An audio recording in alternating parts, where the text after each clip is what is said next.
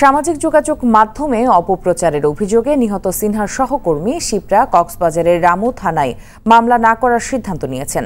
হাইকোর্টে শিপ্রার করা রিটের আদেশের পর মামলা করা না করার বিষয়ে সিদ্ধান্ত নেবেন বলে জানান তার আইনজীবী। এর আগে গেল রাতে শিপ্রা কক্সবাজার সদর থানায় মামলা করতে গেলে মামলা নেয়নি পুলিশ। এদিকে কক্সবাজারে সিনহা হত্যার ঘটনায় ওসি প্রদীপ সহ ৭ পুলিশ ও ৩ সাক্ষীর রিমান্ড চলছে। তবে আর্মড পুলিশ ব্যাটালিয়ন এপিবিএন এর ৩ সদস্যর গতকাল ৭ দিন করে রিমান্ড মঞ্জুর করা হলেও এখনও জিজ্ঞাসাবাদ শুরু হয়নি। গত ৩১ জুলাই টেকনাফের বাহারছড়ার শামলাপুর তল্লাশি চৌকিতে পুলিশের গুলিতে নিহত হন অবসরপ্রাপ্ত মেজর সিনহা রাশেদ খান।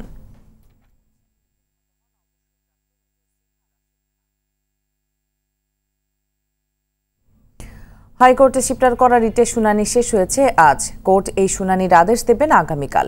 এ নিয়ে হাইকোর্টে আছেন আমাদের সহকর্মী খান আলামিন, সরাসরি যোগ দিচ্ছেন তিনি।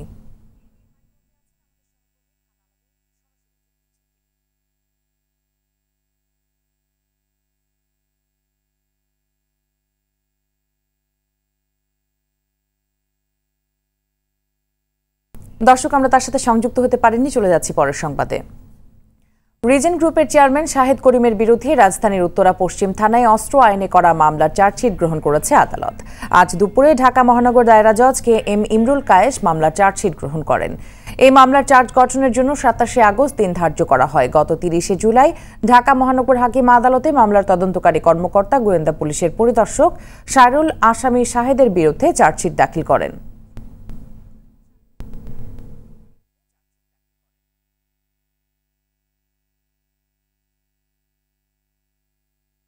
তার জামিন নামঞ্জুর হয়েছে এবং আগামী ২৭-৮ তারিখে অভিযোগ গঠনের জন্য দিন ধার্য করা হয়েছে। আমরা আশা করছি যে খুব অল্প সময়ের মধ্যে আমরা এই মামলাটি একটি সমাধানে আসতে পারব। মোহাম্মদ শাহেদের জামিনের জন্য আদালতকে আবেদন করেছি এবং আবেদন করেছি এই যে দীর্ঘ ১ মাসের যে দীর্ঘ রিমান্ডে সে মানসিকভাবে অসুস্থ হয়ে গেছে।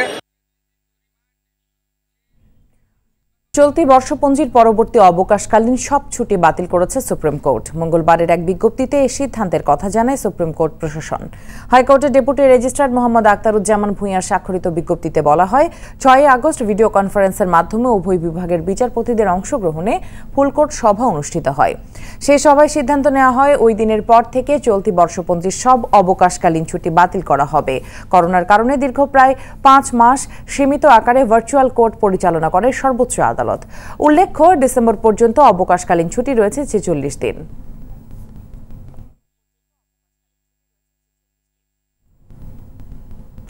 দেশে সরকারিভাবে করোনা ভাইরাসের পরীক্ষার ফি কমানোর সিদ্ধান্ত নিয়েছে স্বাস্থ্য মন্ত্রণালয়। বুথ বা হাসপাতালে নমুনা দেওয়ার ক্ষেত্রে বর্তমান ফি ২০০ টাকা থেকে কমিয়ে ১০০ টাকা করার সিদ্ধান্ত নেওয়া হয়েছে। আর বাসা থেকে নমুনা সংগ্রহের ক্ষেত্রে ৫০০ টাকার ফি ৩০০ টাকা করা হয়েছে। তবে বেসরকারিভাবে পরীক্ষার ফি আগের মতোই ৩৫০০ টাকা থাকছে। সকালে সচিবালয় এক ব্রিফিংয়ে স্বাস্থ্যমন্ত্রী জায়েদ মালিক এসব তথ্য জানান। এর আগে গত ১৫ জুনের এক স্মারকের সম্মতির পরিপ্রেক্ষিতে আরটি-পিসিআর পরীক্ষার জন্য ২০০ টাকা থেকে ৫০০ টাকা পর্যন্ত ফি নির্ধারণ করা হয়।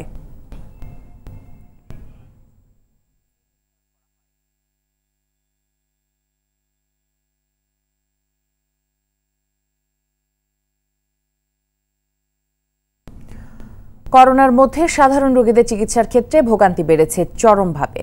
ঢাকা মেডিকেল কলেজ হাসপাতালে অনেক রোগীর স্বজনরা অভিযোগ করেন, করোনার রিপোর্ট ছাড়া চিকিৎসা মিলছে না। অন্যদিকে ডাক্তাররা আসেন না ঠিক মতো। অনেকেই অর্থের অভাবে চিকিৎসা পেতে গিয়েও পড়েছেন বিপাকে। তবে বারবার চেষ্টা করেও এসব বিষয়ে কথা বলতে পাওয়া যায়নি হাসপাতালে পরিচালককে।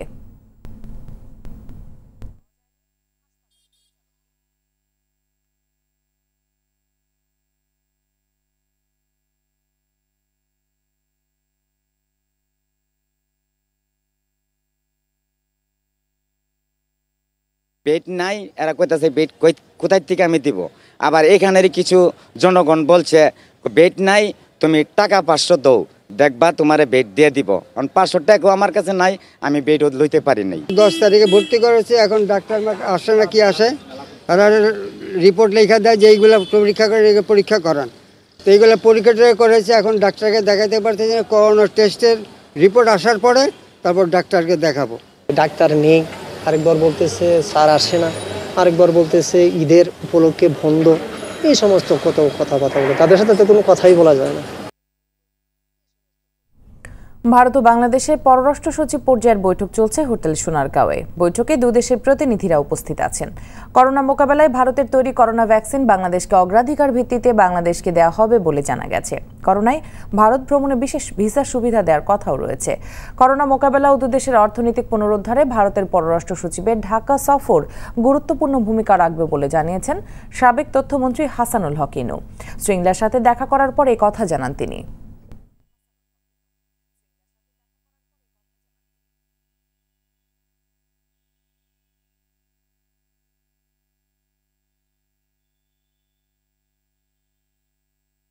ভারতও আমাদের অত্যন্ত পরীক্ষিত পুরনো বন্ধু, আর শেখ হাসিনার সরকারের আমলে ভারত এবং বাংলাদেশের সম্পর্ক গভীর থেকে গভীরতর পর্যায়ে যাচ্ছে।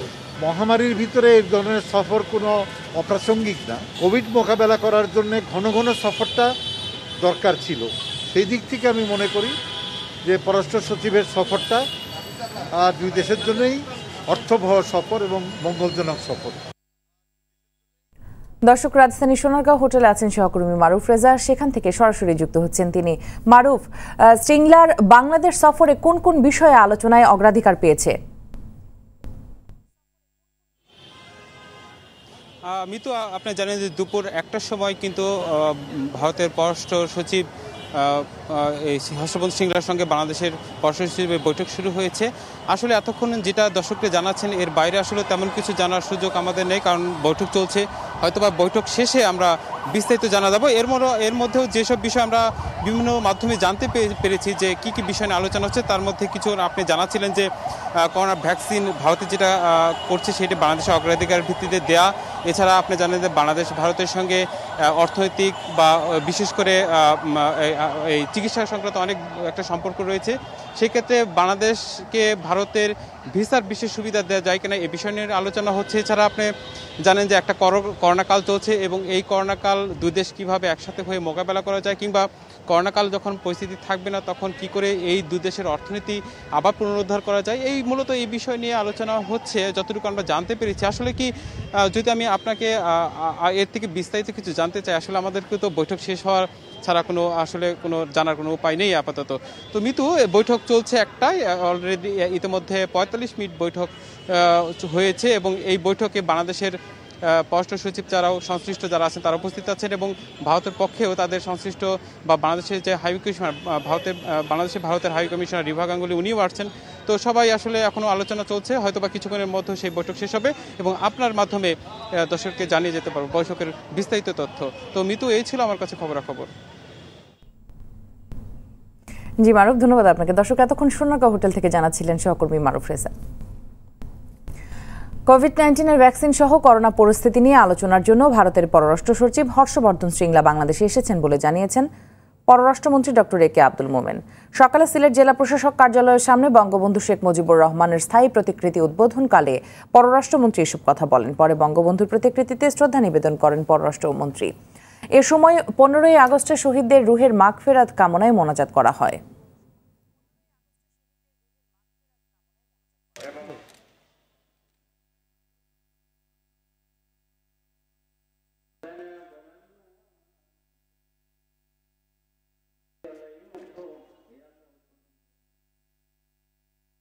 প্রথমত কোভিড সম্পর্কে তাদের দেশে কোভিডের ভ্যাকসিনও তৈরি হওয়ার সম্ভাবনা, সেটা আমরা কিভাবে পাবো এগুলো, আর আমরা যেখান থেকে পারি সেই কোভিডের ভ্যাকসিনটা সংগ্রহ করব, যে তারা আমাদের সাথে আছে, একসাথে কাজ করতেছি। সমস্যা আমরা সমাধান করব। স্মার্ট না হলে মিলছে না ট্রেনের টিকিট।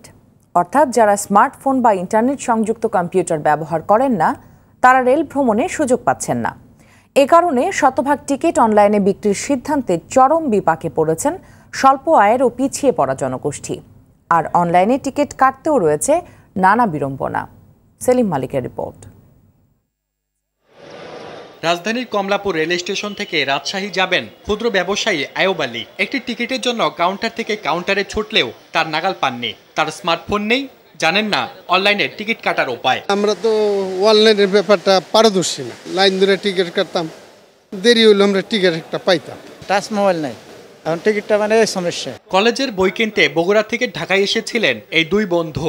দ্রুত নিরাপদে বাড়ি ফিরতে ট্রেন ভ্রমণকে বেছে নিলেও টিকিট কাটতে গিয়ে পড়েছেন বিড়ম্বনায়। শত চেষ্টায়ও অনলাইনে টিকিট কাটতে পারছেন না। সকালে দেখা যায় 22টা সিট আছে, একটু আগে দেখা যাচ্ছে 15টা সিট আছে, কিন্তু তারপর অনলাইনে ঢুকতে পারতেছি না। এখন কাউন্টারে আসলাম, কাউন্টার বলতেছে ভাই এখানে এভাবে সিট মানে কাউন্টার থেকে সিট দেওয়া হয় না। ভোটার আইডি কার্ড চাই, আবার বার্থ সার্টিফিকেটের নাম্বার লাগবে, এইসব তো আমরা নিয়ে আসি না। এই দুই বোনের ভোগান্তি তো ঠেকেছে চরমে। সাথে জাতীয় পরিচয়পত্র না থাকায় টিকিট কেটেছিলেন অভিভাবকের পরিচয়ে। এখন হাতে টিকিট থাকলেও যাত্রা তো দূরের কথা, প্ল্যাটফর্মে ঢুকতে পারছেন না। 3টা টিকিট কেটেছিলাম, কিন্তু আমাকে কালকে যখন আমি টিকিটটা নিতে আসি তখন আমাকে বলে যে যার এনআইডি থেকে কাটা হয়েছে শুধু সেই ট্রাভেল করতে পারবে। ওটা বলছে যে আইডি কার্ডের একটা ফটোকপি দিয়ে দিলেই হবে, এর জন্য আমরা কাটছি।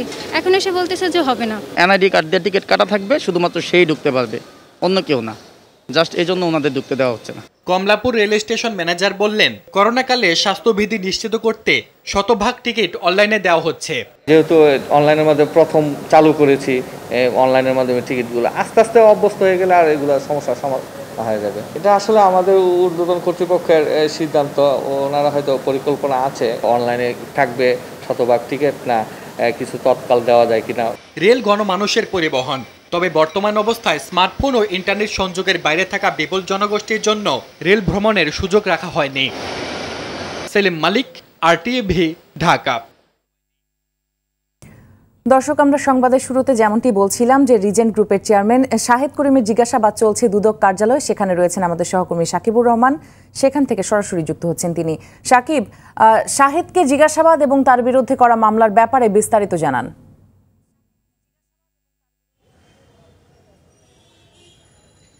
শাহেদকে আজকে সকালবেলা দুদক কার্যালয়ে জিজ্ঞাসাবাদের জন্য নিয়ে আসা হয়েছিল। তার পরবর্তীতে তাকে জিজ্ঞাসাবাদ করা অবস্থায় কিন্তু তাকে একবার আদালতে নেওয়া হয়। গতকালকে তিনি অসুস্থ হয়েছিলেন, সেই কথাটি বলেছিলেন, এজন্য তাকে হাসপাতালে নিয়ে চিকিৎসা করা হয় এবং চিকিৎসক যে রিপোর্টটি দিয়েছেন সেই রিপোর্টটি মূলত আদালতে পেশ করার জন্য তাকে আদালতে নেওয়া হয়। আদালতে নেওয়ার পরে তার আরেকটি মামলা আদালত আমলে নিয়েছেন এবং আমলে নেওয়ার পর শাহেদের একজন আইনজীবী তিনি বলেছিলেন তাকে যেন রিমান্ডে না দিয়ে তাকে জামিন দেওয়া হয়, তবে সেটি আদালত নামঞ্জুর করেছেন এবং সেটি নামঞ্জুর করার পরে কিন্তু শাহেদকে আবারও দুদক কার্যালয়ে কিছুক্ষণ আগে তাকে নিয়ে আসা এবং দুদকে যথারীতি তার জিজ্ঞাসাবাদ চলছে। শাহেদ যে এই সাবেক দি ফার্মার্স ব্যাংক থেকে 2,73,00,000 টাকা ঋণ নিয়েছিলেন এবং ঋণ নিয়ে সেই টাকাটি পুরোপুরি জালিয়াতির মাধ্যমে আত্মসাৎ করেছেন, সেই আত্মসাতের মামলায় তাকে দুদক জিজ্ঞাসাবাদ করছে। জিজ্ঞাসাবাদে হয়তোবা আরও কিছুক্ষণ তাকে জিজ্ঞাসাবাদ করা হবে। জিজ্ঞাসাবাদের পরে আমরা কিছুটা জানতে পারবো তাকে কী ধরনের জিজ্ঞাসাবাদ করা হয়েছে, জিজ্ঞাসাবাদে তিনি কি উত্তর দিয়েছেন। তবে জিজ্ঞাসাবাদ শেষ না হওয়া পর্যন্ত আমরা বলতে পারছি না তাকে কি ধরনের জিজ্ঞাসাবাদ হয়েছে এবং তিনি কি উত্তর আজকে দিয়েছেন। তবে আমরা তাকে দেখেছি তিনি বেশ প্রফুল্ল ছিলেন এবং তাকে আদালতের পরে যখনও আবারও দুদকে নিয়ে আসা হয় তখনও তাকে আমরা দেখেছি যে তিনি বেশ প্রফুল্ল অবস্থায় ছিলেন। তো এই ছিল আমার কাছে দুদক থেকে সর্বশেষ। সাকিব, ধন্যবাদ আপনাকে। দর্শক, এতক্ষণ দুদক কার্যালয় থেকে জানাচ্ছিলেন সাকিবুর রহমান। করোনার তাণ্ডবে বিপর্যস্ত রেস্তোরাঁ ব্যবসা। প্রায় 5 মাস বন্ধ থাকায় ব্যবসায়ীদের পাশাপাশি পেশা সংশ্লিষ্ট প্রায় 30 লাখ মানুষের জীবন অনিশ্চয়তার মুখে পড়েছে। কর্মচারীদের অভিযোগ, মালিক বা সরকারের কাছ থেকে কোনো সহায়তা পাচ্ছেন না তারা। প্রতিষ্ঠান বন্ধ থাকায় মালিকরাও পড়েছেন বিপাকে। আর সরকারের প্রণোদনা নিয়ে দেখা দিয়েছে জটিলতা। শরীয়ত খানের রিপোর্ট। উনুনের আগুনেই জীবিকা তাদের। মানুষের মুখে খাবার তুলে দিতে দিনের পর দিন এই কষ্ট করে যান স্বল্প আয়ের মানুষগুলো। কিন্তু করোনার এই দুঃসময়ে তাদের কষ্টের খবর কে রাখে? হোটেল রেস্তোরাঁ মালিক সমিতির তথ্য মতে শুধু রাজধানীতেই রেস্তোরাঁ আছে প্রায় 8,500। সারা দেশে এর সংখ্যা 50,000-এরও বেশি, যেখানে কাজ করে 10 লাখেরও বেশি শ্রমিক। সব মিলে এই খাতে যুক্ত প্রায় 30 লাখ মানুষ। করোনার থাবায় বেশি বিপদে পড়েছেন কর্মচারীরা। লকডাউন বাড়িতে চলছে আর কি, একটু দানা পানা হয় আর কি। সরকার ঘোষণা দিয়েছে, আমরা তখন আসছি, এই পর্যন্ত দোকানদারি করতে আসি। আমরা বাড়ি ছিলাম, যথেষ্ট মহাজন আমাকে যতটুকু পারছে হেল্প করছে। করোনার অজুহাতে 4 মাস থেকে বেতন বন্ধ, নানা মহলে ধর্ণা দিয়েও লাভ হয়নি। আর চাকরি হারিয়ে বিপদে কয়েক লাখ কর্মচারী। বেতনও দেয় না এবং লকডাউন দীর্ঘায়িত হওয়ার পর মালিক দ্বারা আমাদেরকে কোনো খোঁজ খবর নেয়নি। মালিকের পক্ষ থেকে আমরা কোনো সুযোগ সুবিধাও পাচ্ছি না, কোনো সাহায্য পাচ্ছি। মালিককে ফোন দিলে বিভিন্ন 10টা ফোন দিলে একটা ফোন রিসিভ করো না। অনেক কষ্টে আমরা দিন কাটতেছি। এখন মনে করেন যে আমার অবস্থা খুবই খারাপ এখন ভাই। দীর্ঘ সাধারণ ছুটি শেষে সবকিছু খুলতে শুরু করলেও রেস্তোরাঁগুলোতে আগের মতো ক্রেতা নেই। কাস্টমার কম থাকায় আয় কমেছে। অর্ধেক কর্মচারী দিয়ে চলছে অনেক রেস্তোরাঁ, আর 30 ভাগ প্রতিষ্ঠান এখনো খোলেনি। আমি বলছি নিরবিচ্ছিন্নভাবে আমাদের সকাল 6টা থেকে রাত 12টা পর্যন্ত হোটেল রেস্টুরেন্ট খোলা থাকলে আমরা কিন্তু পর্যায়ক্রমে আমরা হোটেল রেস্টুরেন্ট খুলে দিব।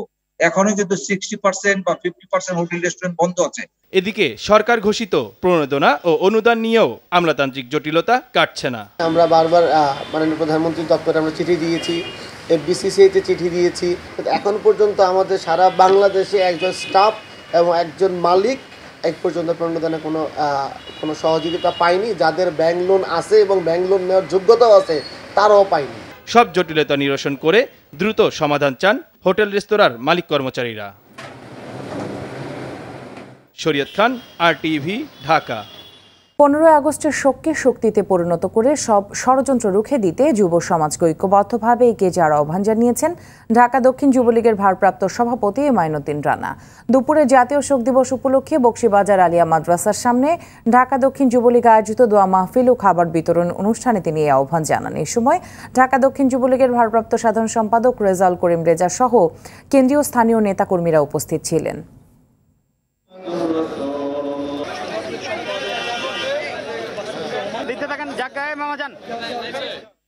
দর্শক, করোনা ভাইরাস নিয়ে আতঙ্কিত হবেন না, সতর্ক হন, নিজে পরিচ্ছন্ন থাকুন, মাস্ক পরুন, অন্যকে সচেতন করুন। এই সংকট মুহূর্তে প্রয়োজনীয় সব তথ্য দিয়ে আপনাদের পাশে আছে RTV। দুপুরের সংবাদ এ পর্যন্তই। RTV সবশেষ সংবাদ জানতে যে কোনো মোবাইল ফোন থেকে 24141 নম্বরে ডায়াল করুন। আর মোবাইল ফোনের সংবাদ দেখতে অ্যাপ স্টোর, গুগল প্লে বা উইন্ডোজ স্টোর থেকে ডাউনলোড করুন RTV অ্যাপস। এছাড়াও তাৎক্ষণিক ও বিনোদন সংবাদ জানতে বিশ্বের যে কোনো প্রান্ত থেকে ভিজিট করুন rtvonline.com, facebook.com/rtvonline ও youtube.com/rtvdigitals। এখন থেকে RTV সব বিনোদনমূলক অনুষ্ঠান দেখতে পারবেন RTV প্লাসে। ধন্যবাদ সবাইকে।